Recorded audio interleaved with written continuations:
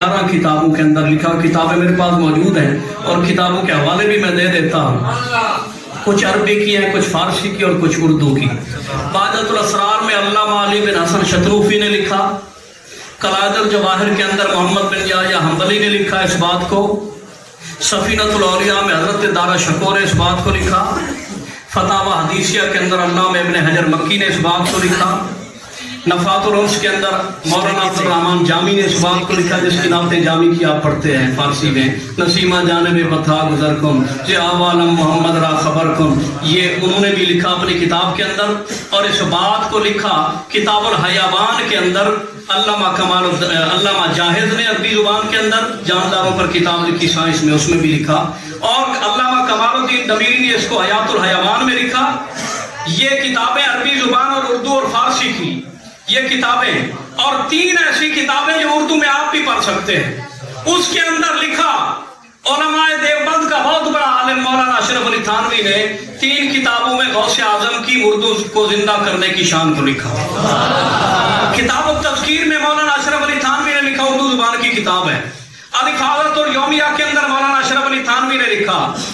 और जमालुल औलिया के अंदर मौलाना अशरफ अली थानवी ने लिखा। ये 3 किताबें उनकी भी हैं। 11 किताबों के अंदर इस बात को, तोहफतुल कादरिया में शाहबुल माली ने भी इस बात को लिखा। ये 11 किताबों में लिखी गई ये बात कि गौसे आजम, शहनशाह जीलान, गौसे शमदानी, कुतुब रब्बानी, किंदील नूरानी, महबूब सुबहानी, हजरत शेख अब्दुल कादिर जीलानी रहमतुल्लाह तआला अलैह की खिदमत अक़दस में एक औरत पेश हुई। उसने अपना बच्चा पेश किया कि ऐ गौसे पाक, मेरे बच्चे को अपने मदरसे में पढ़ाइए। बगदाद का जामिया जो था ना, उसको गौसे आजम चलाते थे, प्रिंसिपल भी थे और मुदर्रिस भी थे। सुबह के वक्त में हदीस, फिक़ह और तफसीर का दर्स देते थे। जोहर के बाद कुरान की 7 किरातें पढ़ाते थे। सिर्फ 11वीं नहीं बांटते थे। साहिब इल्म और इल्म इरफान की शख्सियत थे। इल्म भी उनके दर से मिलता था, मारिफत भी उनके दर से मिलती थी। वो वक्त के वली कामिल भी थे, वो मुहद्दिस कामिल भी थे, वो फकीह कामिल भी थे, वो मुफस्सिर कुरान भी थे, वो कारी कुरान भी थे, वो आबिद और जाहिद भी थे, मुत्तकी और परहेजगार भी थे, आले रसूल हसनी हुसैनी सैयद भी थे। इमाम हसन की लड़ी से उनके वालिद हैं जिनका नाम शेख मूसा है। गौसे आजम का नाम है अब्दुल कादिर, उनके वालिद का नाम है मूसा, शेख अबू सालेह मूसा। और इमाम हुसैन पाक की लड़ी से आपकी वालदा का ताल्लुक है, जिनका नाम फातिमा है। हजरत गौसे पाक की खिदमत में औरत पेश हुई कि बच्चे को अपने पास रखें, मदरसे में पढ़ाएं, इनको अपने जैसा बनाएं। हमारे पास भी कई लोग आ जाते हैं कि हमारे बच्चे को अपने जैसा बनाएं। भी हम तो गुनाहगार लोग हैं, अपने जैसा कैसे बना दें? तो शेख कामिल की बारगाह में तो पहुंच गया, लेकिन उन जैसा तो नहीं हो सकता ना, कुछ ना कुछ फैज़ हासिल कर सकता है। वो बच्चा आपके पास रहा, आपने उसको पढ़ाया, कुरान हदीस जो भी पढ़ना था उसको पढ़ाया, फिक़ह का दर्स दिया। फिक़ह हम्बली आप पढ़ाते थे, फिक़ह हम्बली से ताल्लुक रखते थे। इमाम इब्न कुदामा हम्बली आपका शागिर्द था। और फिर उन्होंने जब उनको उस बच्चे को पढ़ाया, मारिफत सिखाई, 6 महीने साल के बाद जब औरत गई ना, तो बड़ा अजीब मंजर देखा।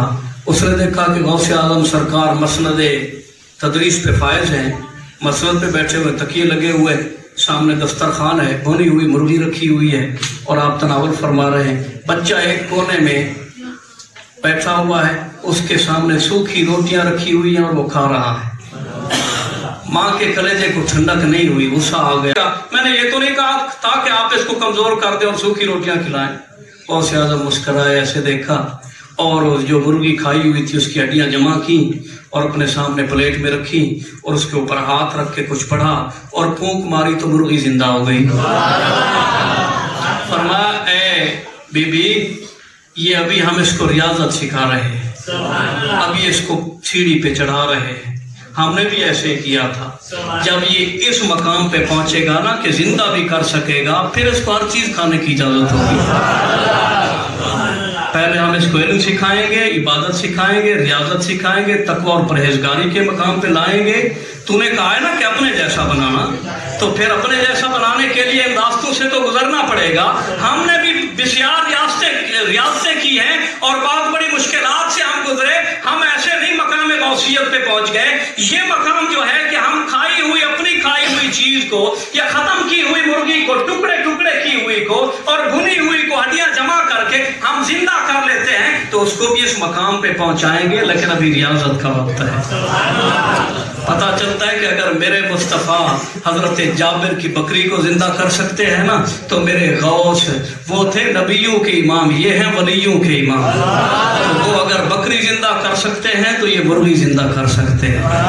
एहयाउल मौता की सिफत मेरे नबी को अल्लाह पाक ने मुअज्जिज़ाती तौर पर दी और गौस पाक को करामाती तौर पर दी। आप ये मत समझें कि मौत और करामत बराबर हो गई, दोनों ने जिंदा कर दिया तो गौस नबी के बराबर हो गए। हरगिज़ नहीं, हाशा व कल्ला, ऐसा हो ही नहीं सकता, मुमकिन ही नहीं। आइए सुनिए अहले सुन्नत का अकीदा, शरह अकायद नस्विया, दरस निज़ामी के एक साल के अंदर पढ़ाई जाने वाली किताब, अकायद की अकलौती किताब जो दरस निज़ामी में आलिम कोर्स में पढ़ाई जाती है, उसमें हमारा अकीदा दर्ज है। यकूनु ज़ालिका मुअजिज़तन लिर्रसूलिल्लज़ी ज़हरत हाज़िहिल करामतु लिवाहिदिन मिन उम्मतिही। अगर मेरे नबी की उम्मत में से कोई गौस, कोई वली, कोई कुतुब, कोई कलंदर, कोई वक्त का मुजद्दिद अगर करामत दिखाए तो ये इस उम्मती का कमाल नहीं, ये उस नबी का मौजज़ा है।